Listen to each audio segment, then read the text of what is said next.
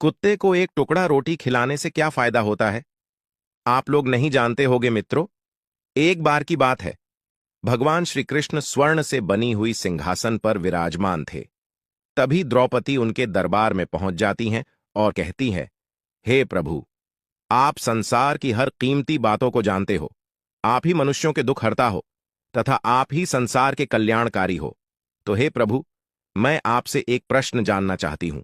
दोस्तों, तभी भगवान श्री कृष्ण कहते हैं, हे देवी द्रौपदी, आपके मन में जो भी प्रश्न है, आप निसंकोच होकर पूछ लीजिए। हम आपके प्रश्नों के उत्तर अवश्य ही देंगे। तभी द्रौपदी कहती हैं, हे प्रभु, मैं ये जानना चाहती हूं कि कुत्ते को एक टुकड़ा रोटी खिलाने से मनुष्यों को कौन सा फल मिलता है। तभी भगवान श्री कृष्ण कहते हैं, हे देवी द्रौपदी, कुत्ते के बारे में तो आपको भली भांति झांत है।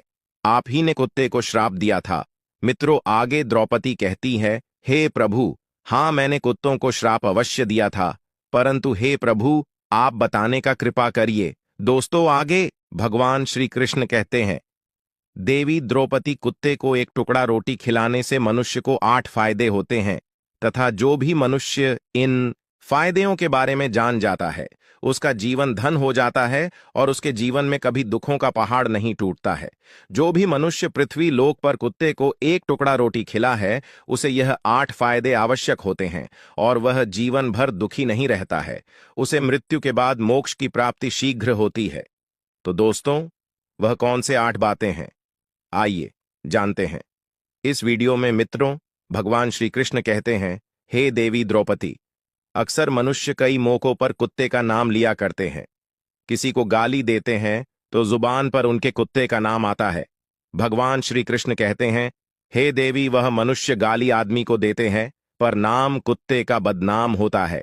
तो क्या कुत्ते का जीवन इतना गया गुजरा है? मित्रों, आगे भगवान श्री कृष्ण कहते हैं, हे देवी, एक लाल रंग का कुत्ता था। वह बहुत ही लाचार था और भूखा प्यासा था। वह गांव में सभी के घर घर जाता है, किंतु उसे कोई भी एक टुकड़ा रोटी नहीं देता है। वह भूख के मारा इधर उधर छटपटा रहता है। तभी घूमते घूमते एक दिन वह नदी के किनारे एक ब्राह्मण के आश्रम के पास पहुंच जाता है। तभी ब्राह्मण से कहता है, हे ब्राह्मण देव, हमें लगता है आप बहुत ही विद्वान तथा ज्ञानी ब्राह्मण हैं, तो इसलिए हम भूख प्यास से बहुत व्याकुल हैं। कृपया करके आप हमें एक टुकड़ा रोटी दे देते तो हम खाकर अपनी भूख को शांत कर लेते। तभी वह ब्राह्मण कहता है, हे स्वान, क्या तुम्हें गांव में एक टुकड़ा रोटी कोई नहीं दिया जिसे तुम खाकर अपनी भूख मिटा सको? मित्रों, आगे भगवान श्री कृष्ण कहते हैं, हे देवी द्रौपदी, वह कुत्ता ब्राह्मण से कहता है, हे ब्राह्मण देव, मैं आपको क्या बताऊं, आप मेरी बातों पर यकीन नहीं करोगे। तभी वह ब्राह्मण कहता है, हे स्वर्ण, तुम बताओ, तुम्हारी बातों पर हम विश्वास अवश्य करेंगे। हमें तुम बहुत ही लाचार दिखाई पड़ते हो। तभी वह कुत्ता कहता है, ठीक है ब्राह्मण देव, हम तुम्हें अपनी बीती बताते हैं। मित्रों, आगे भगवान श्री कृष्ण कहते हैं, हे देवी द्रौपदी, वह कुत्ता ब्राह्मण से कहता है, हे ब्राह्मण देव, हे दुनिया के लोग, हम पर रहम करो। हमारा कोई घर नहीं होता, कोई आसरा नहीं होता, कमा के खाना हमें नहीं आता, हमें वस्त्र भी पहनने का ज्ञान नहीं है, इसीलिए सर्दी गर्मी बरसात में हम ऐसे ही घूमते रहते हैं, हमें पढ़ना लिखना नहीं आता। मित्रों, आगे भगवान श्री कृष्ण कहते हैं, हे देवी द्रौपदी, वह कुत्ता कहता है, हे ब्राह्मण देव, आपकी तरह हमें अनुशासन नहीं आता, हमें आपकी तरह बोलना नहीं आता। यह हमारा दुर्भाग्य ही समझिए, पर हमें आपकी तरह भूख भी लगती है।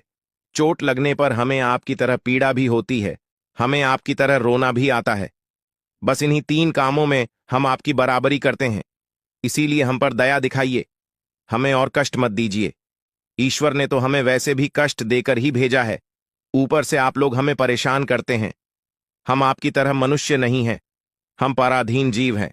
जब हमारा जन्म हुआ उस समय हमारे आंख कान बंद थे, कह नहीं सकते कि उस समय आपके जन्म पर जैसे नाच गान होता है, बाजे बजते हैं, खुशी मनाई जाती है, हमारे जन्म पर भी यह सब हुआ होगा।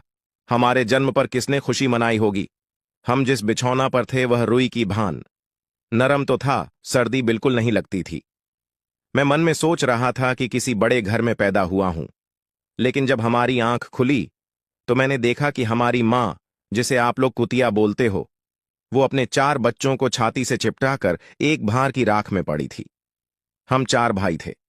बाकी 3 भाई तो सफेद और भूरे रंग के थे। मैं अकेला लाल रंग का था। सबसे छोटा मैं ही था, इसीलिए कमजोर भी था। मेरी माँ हम लोगों के पास जब तब आती थी, क्योंकि उसे भी अपने भोजन की व्यवस्था करनी पड़ती थी। यदि वो ना खाती तो हमें दूध कहाँ से पिलाती। उस एक माँ पर हम 4 निर्भर थे।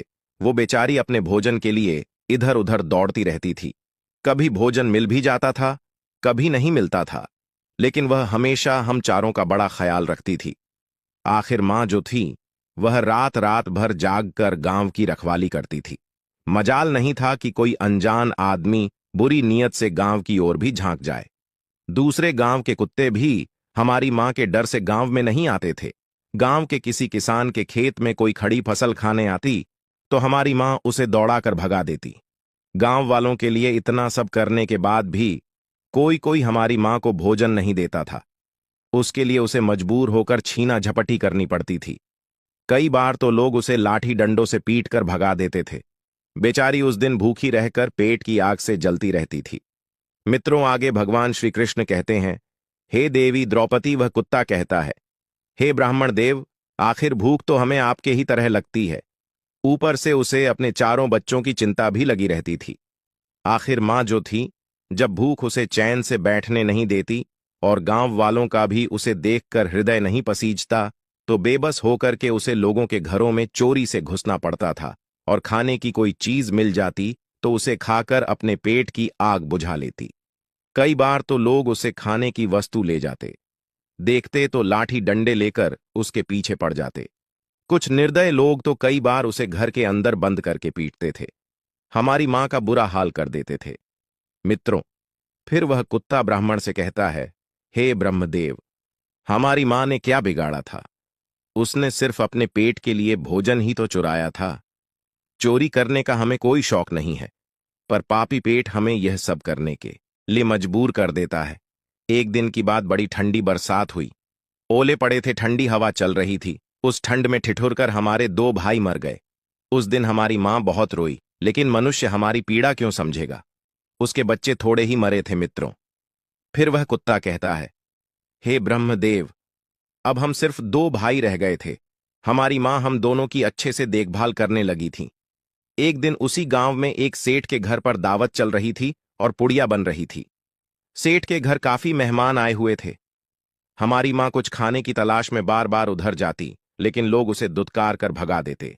किसी को उस पर इतना तरस नहीं आया कि एक पूड़ी उस बेचारी को खाने को फेंक दे देते। एक पूड़ी से उनका क्या बिगड़ जाता। मेरी मां ललचा ललचा कर जाती और वहीं खड़ी खड़ी देखती रहती। मित्रों, सेठ के आंगन में दावत खाने का सिलसिला चालू हुआ। भोजन परोसा जाने लगा। मेरी मां भी वहीं जाकर पूछ हिलाने लगी। खाना परोसने वाला आदमी जब किसी काम से भीतर गया तो मेरी मां दबे पांव पूड़ी लेने को चल पड़ी। फिर धत धत की आवाज होने लगी। चारों ओर से लोग चिल्ला चिल्लाकर ऐसे भागे। मेरी मां वह चीख पुकार सुनकर घबरा गई। 2-3 आदमी डंडे लेकर उसके पीछे बड़ी बेरहमी से दौड़े। मेरी मां वहां से घबरा कर भागी, मगर उसे वहां से निकलने का कोई रास्ता नहीं मिला, क्योंकि सामने से लोग डंडे लेकर आ रहे थे। तभी मेरी मां वहां पर जो लोग भोजन कर रहे थे उनको नाग कर निकल गई। मित्रों, आगे वह कुत्ता कहता है, हे ब्राह्मण देव, मेरी मां अपने निकलने पर इतनी हैरान नहीं थी जितनी कि उन लोगों को देखकर हुई थी जो वहां पर दावत खा रहे थे। वे सब उठकर खड़े हो गए। उन्होंने भोजन करना छोड़ दिया और कहने लगे कि कुत्ते के नाक जाने के कारण भोजन भ्रष्ट हो गया है। सब एक दूसरे से विचार कर रहे थे कि अब क्या किया जाए। खाना तो सब खराब हो गया बेचारा। वह सेठ फूट फूट कर रोने लगा। कुछ लोग तो यह भी कह रहे थे, भाई, कुतिया के नागने से भोजन खराब कैसे हो गया? उसने खाने में या पतलों में मुंह थोड़ी ही डाला है, सिर्फ ऊपर से निकल ही तो गई है। और कहने लगे, शहरों में तो लोग कुत्ते को पालकर घर के अंदर सुलाते भी हैं और खिलाते भी हैं, तो इसमें कोई बुरी बात नहीं है। अगर कुटिया नाग गई है तो भोजन खराब नहीं हुआ है। लेकिन उनमें कुछ लोग बड़े घरों से ताल्लुक रखते थे। उन्होंने एक भी नहीं चलने दी। कह रहे थे कि भोजन तो भ्रष्ट हो गया, यह हमारे खाने के लायक नहीं है। आखिरकार उन्हीं की बात मानी गई। अब तो वह सारा भोजन गरीबों में बांट दिया गया। उस दिन तो मेरी मां को खूब पेट भर के खाना मिला था। ऐसा सुख उसने जीवन में कभी नहीं पाया था।